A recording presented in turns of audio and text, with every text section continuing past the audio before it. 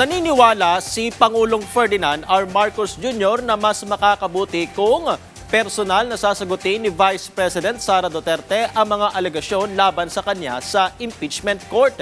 Yan ang ulat ni Kenneth Pasyente. Bilang isang dating Senator Judge noong impeachment trial ni dating Supreme Court Chief Justice Renato Corona, naniniwala si Pangulong Ferdinand R. Marcos Jr. na dapat humarap ang isang akusado sa trial. Tugon niya ng Pangulo isang araw bago ang impeachment trial ni Vice President Sara Duterte. It would be much easier to get to the bottom of everything if you can speak to the accused directly. And the accused can answer directly, not through secondary channels, not through the lawyers. Kung diretsong makapagsagot, di siyempre mas magiging maliwanag ang proseso, mas magiging madali ang proseso. Sinabi pa ng Pangulo na kung siya ang nasa sitwasyon, I would almost insist over the advice of lawyers. If they advise me not to appear, I would insist on appearing. Because kaya ko namang sagutin. Sige, sagutin natin. Gayunman, ipinunto ng Pangulo na desisyon pa rin ito ng akusado at ng kanyang mga abogado. Halos isang taon matapos isiwalat ng Pangulo ang maanumalyang flood control projects, hindi pa anya tapos ang laban. Dahil mas marami anyang nalalantad na anomalya sa ginagawang investigasyon ng mga otoridad.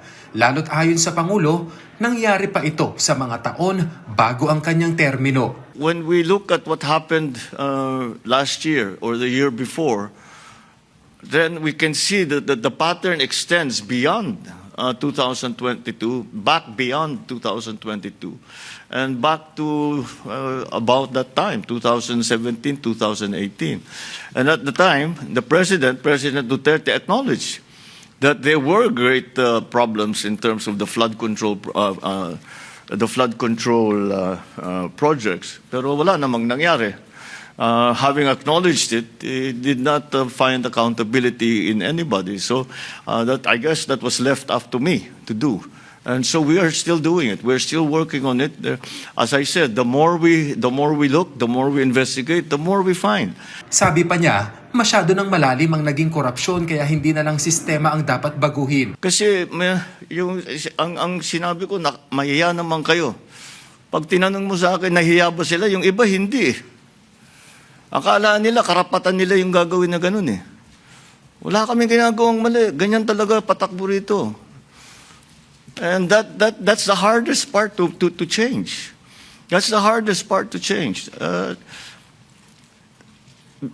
The culture of within government, where to take they put all kinds of nice words, rebate, kickback yan.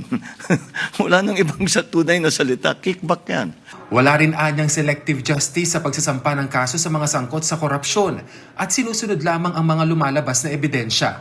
May hirit din ang Pangulo sa mga nagsasabing siya umano ang nasa likod ng katiwalian sa mga proyekto kontra baha. I'm the one who exposed all of this.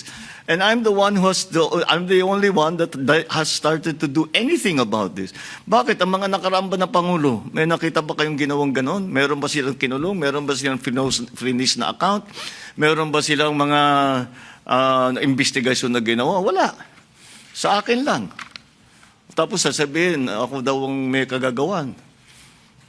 Kung talagang racket ko yun, ba't ko sisirain yung racket ko? Diba? That makes absolutely no sense. Kailangang pag-aralang mabuti ayon sa Pangulo ang pagpapababa ng age of criminal liability kasunod ng mga karahasan na kinasasangkutan ng mga menor de edad. Yung mga surveys na ginagawa about the mental health of children, kailangan pag-aralan na mabuti yan. Because if we are lowering the age of responsibility for such crimes, then it would imply that children have changed from before. So whereas if they are under 18, under 16, nagbago ba ang pag-iisip ng mga bata?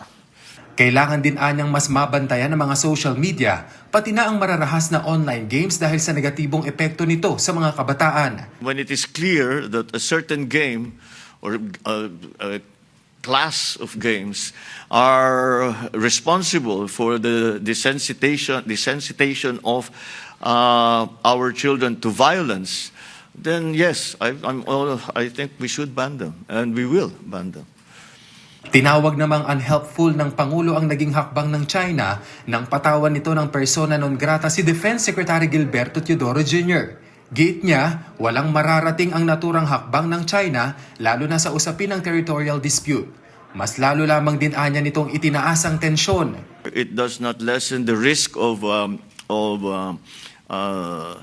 mistake that will, or some kind of skirmish that could grow into something more, or even in moving forward trying to resolve this issue. So it's just not helpful. And I guess, of course, it's China's prerogative to do whatever it is they please, but in the larger scheme of things, in my view, it raises the level of tension rather than lessens it. Gayunman binigyang diin niya na nananatiling bukas ang komunikasyon ng bansa sa Beijing. Ipinunto rin ng Pangulo na patuloy na tumitibay ang ugnayan ng bansa sa US.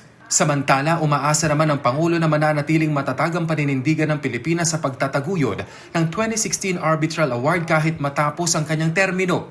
Punto niya, isa itong napakahalagang usapin para sa bansa dahil nakasalalay rito ang pagtatanggol sa territorial integrity at paggamit ng Pilipinas sa mga karapatan sa teritoryo nito. I think the rightness in our positioning, in terms of the way we position the Philippines in our foreign policy vis-a-vis the arbitral award, is validated by countries like Canada who support it and see it as simply a enforcement of international law and the defense of our territorial integrity and the exercise of our sovereign rights within our sovereign territories. Kenneth, pasyente para sa bayan.